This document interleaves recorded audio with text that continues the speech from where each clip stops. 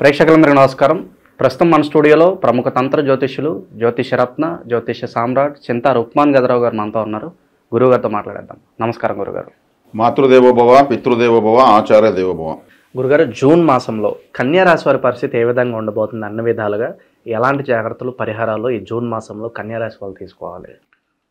కన్యారాశి వాళ్ళు, కన్యా అంటే పరిపక్వతకు అపరిపక్వతకు మధ్యలో ఉన్నదని అర్థం. అంటే ఒక పెళ్లిడికి వచ్చినటువంటి అమ్మాయి అని అర్థం. వీళ్ళు చాలా సున్నితమైన వాళ్ళు, చాలా పౌరుషమైన వాళ్ళు. ఒక మాట అంటే వీళ్ళు ఒప్పుకోరు. నేను ఏ తప్పు చేయలేదు, నాదే తప్పు లేదు, నన్ను ఏంటికి అంటారు అని చాలా మొండిగా వెంటనే ఎక్కువ ఏడ్ చేస్తారు. కాబట్టి వీళ్ళని పొగిడితే ఎక్కువ సంబరపడిపోతారు. ఇటువంటి రాశిది దుస్వభావ రాశి. స్థిరత్వం చాలా తక్కువ.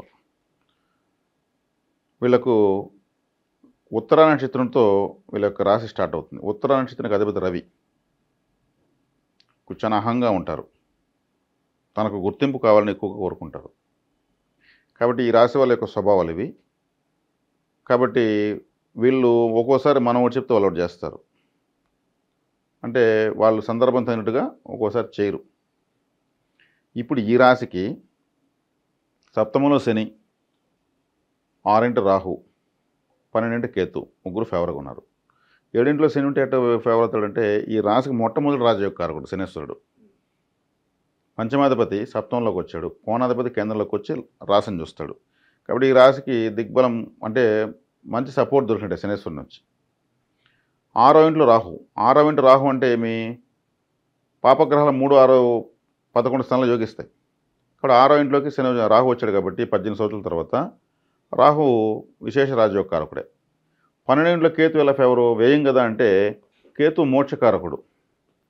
మోక్షకారకుడు మోక్ష స్థానంలో ఉన్నాడు. అక్కడ ఇంకేమైంది? భక్తి జ్ఞాన వైరాగ్యాలకు ఇంకా యొక్క బలం పెరిగింది. వీళ్ళు ఇప్పుడు ఆరాధనలో పూజలు ఏం చేసినా ఫలిస్తూ వస్తాయి.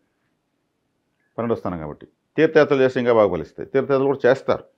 మంచి మంచి క్షేత్రాలు దర్శిస్తారు. అవకాశం వస్తుంది. ఎలా వస్తుంది అంటే, ఉదాహరణగా చెప్పుకోవాలంటే, ఎవరన్నా తీర్థయాత్రకు సంబంధించినటువంటి బస్సు పెట్టుకుని పోయేటప్పుడు అందులో సడన్గా ఒకరు ఇద్దరు ఆగిపోతారు, మాకు అవకాశం లేదని. అప్పుడు వీళ్ళకి ఆఫర్ వస్తుంది. ఆ డబ్బులు నువ్వు మలగొడిద్దువు, మేము ఆల్రెడీ కట్టేస్తున్నావు, నువ్వు పోయిచ్చే మా సీటు బదులు నువ్వు ఎందుకు వృధా అయ్యేదని. అట్లా కూడా వస్తాయి వీళ్ళకు. ఎందుకంటే ఆ తీర్థయాత్ర అనే పరిస్థితిలోనే కేతుగ్రహం ఉంది, మోక్షకారక కేతుగ్రహం. 10వ ఇంట్లో గురువు స్థానచలనాన్ని స్థాన మార్పునిస్తాడు.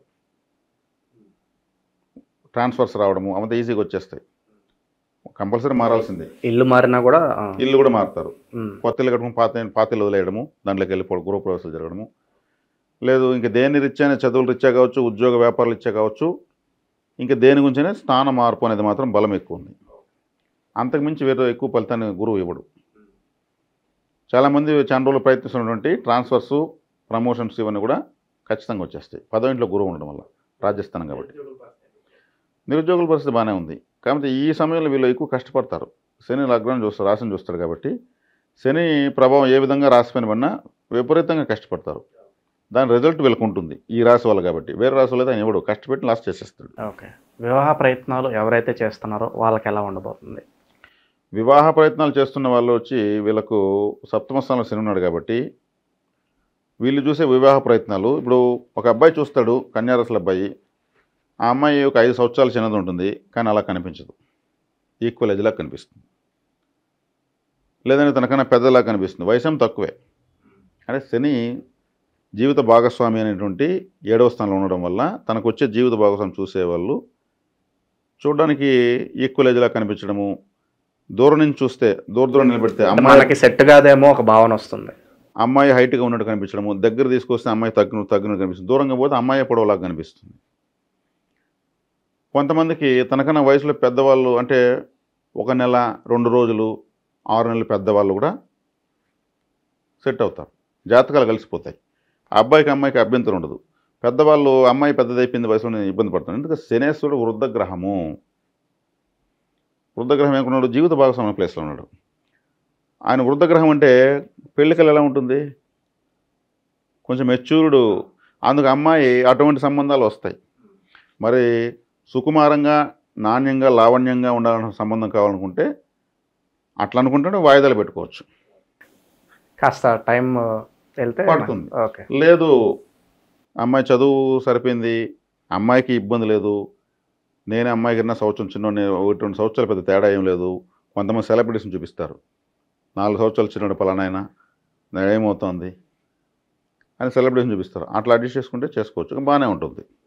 ఈ డిఫరెన్స్లు ఉన్నా కానీ చేసుకుంటే, వివాహం చేసుకుంటే బాగానే ఉంటుంది, దానికేమి ఇబ్బంది. ఓకే. వ్యాపారస్తులకి ఏమైనా సూచన ఉందా గురుగారు? అన్న వ్యాపారస్తులకు వాళ్ళు చెప్తున్న స్థాన మార్పు అన్నాను కదా, కొత్త వ్యాపారాలు ఇచ్చే వీళ్ళు కొత్త కొత్త సరుకుల కోసం కొత్త కొత్త ప్రాంతాలకు వెళ్తే బాగానే కలిసి వస్తుంది. గురువు మార్పులు చేస్తాడు, చక్కగా చేసుకోవచ్చు. అధిక పెట్టుబడులు పెట్టకుండా వాళ్ళకి తగ్గట్టుగా పెట్టుకుంటేనే బాగుంటుంది అంటారు. తక్కువ పెట్టకూడదు, ఎక్కువ పెట్టకూడదు. ఇది నేరుగా 7వ శని ఉన్నాడు. శనేశ్వరుడు ఎక్కువకి కారణం కాదు, ఆయన తక్కువకి కారణం. పిసినారితనం చూపించాలంటే శనేశ్వరుడే. ఆయన అందుకే పిసినారు కాబట్టి సోఫలితాలు ఇవ్వడు. శని వచ్చాడంటే అంతా మనకు ఏది రాదంటారు, ఆయన పిసినారి, కొసరి ఇస్తాడు. కాబట్టి ఇప్పుడు పెట్టుబడులు ఎక్కువ కూడా ఆయన పెట్టినాడు. పెట్టేదానివల్ల ఒక్కోసారి మంచి తక్కువ రేటుకి వచ్చింది ఆ స్టాక్ కొనేస్తారు, ఏదన్నా చాలా తక్కువ రేటు, మళ్ళీ ఫ్యూచర్లో దొరుకుతుంది. అది కొనేసిన తర్వాత తెలుస్తుంది ఇప్పుడల్లా సేల్ కాదని, అప్పుడు దాన్ని డంప్ చేసి పెట్టాల్సి వస్తుంది. అప్పుడు క్యాపిటల్ డెడ్ అవుతుంది. అంటే ఎప్పుడుకో అమ్ముకున్నదంటే ఇప్పుడు ఉన్న డబ్బు దీనికి పెట్టాల్సి వస్తుంది. అది పెట్టుబడులు అలా తారుమారవుతాయి. అది కొంచెం చూసుకొని పోవాలి. ఇన్స్టెంట్ క్యాష్ వచ్చేటువంటి వాటిని సెలెక్ట్ చేసుకోవాలి. ఇక ఆరోగ్యరీత్యా ఎలా ఉండబోతుంది గురుగారు? ఆరోగ్యరీత్యా ఎత్తుకుంటే వీళ్ళకు కీళ్ళు, నరములు, చర్మ సంబంధమైనటువంటివి, నవ్వలు ఇచ్చేసి రావడం ఇటువంటివి వచ్చేదానికి అవకాశం ఉంది. కేర్ఫుల్గా చూసుకోవాలి. మరి ముఖ్యంగా చికెను, వంకాయ కొన్ని ఉంటాయి, ఇవంతా నవ్వలు ఎక్కువ కారణం. మోకాల కింద ఎవరైనా గీరుతున్నారంటే చికెన్ ఎక్కువ తింటానని అర్థం. దాని కెమికల్స్ ఎక్కువ ఉంటాయి. 6 to 7 times వేస్తారు ఇంజక్షన్, దానికి 40 daysకే. అన్మెచ్యూర్డ్ మాంసం అది. దాన్ని తినడం వల్ల ఆ ఇంజక్షన్, ఆ కెమికల్ ప్రభావము, టాక్సిన్స్ అంతా కాళ్ళ కింద దిగేస్తాయి. బాడీ అంతా వెయిట్ ఉంటుంది కదా, అప్పుడు గీరుకోవాల్సి వస్తూ ఉంటుంది, అన్ఈజీగా ఉంటుంది. చర్మ సంబంధమైన సమస్యలు వచ్చేదానికి అవకాశం ఉంది. కీళ్ళు, నరములకు సంబంధించిన సమస్య ఎక్కువ వచ్చేదానికి అవకాశం ఉంది. కాస్త ముఖకళ తగ్గేదానికి, బ్లాక్ గ్లో. ఎందుకంటే శనేశ్వరుడు డైరెక్ట్గా లగ్నం చూస్తున్నాడు. శని నల్లని వాడు కాబట్టి ఇవి ఉన్నాయి. పరస్త్రీ వ్యామోహం కానీ, పరపురుషుడు వ్యామోహం కానీ, వీటి వల్ల వైవాహిక జీవితంలో సాధారణంగా ఈ రోజుల్లో ఎక్కువ ఇబ్బందులు వస్తున్నాయి. ఇలాంటి పరిస్థితులు ఏమన్నా ఈ రాశి వాళ్ళకి కనిపిస్తున్నాయి గురుగారు? అవంతా ఏం లేవండి. ఎందుకంటే శని లగ్నం చూస్తున్నాడు కాబట్టి వీళ్ళ కాస్త కళ్ళ తగ్గుతాడు కాబట్టి వీళ్ళని చూసి వ్యామోహించాలి ఎవరు ఉండరు. వీళ్ళకి ఎవరినో వ్యామోహించాలని ఉండదు.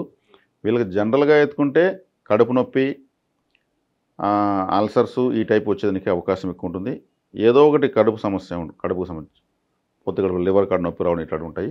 వాటిపైన జాగ్రత్తలు తీసుకుని చాలు.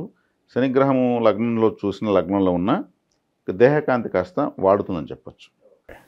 సో ఇలాంటి సమయంలో విదేశాలు వెళ్ళడం మంచిదేనా అంటారు గురుగారు? విదేశాలకు బలం ఉందండి.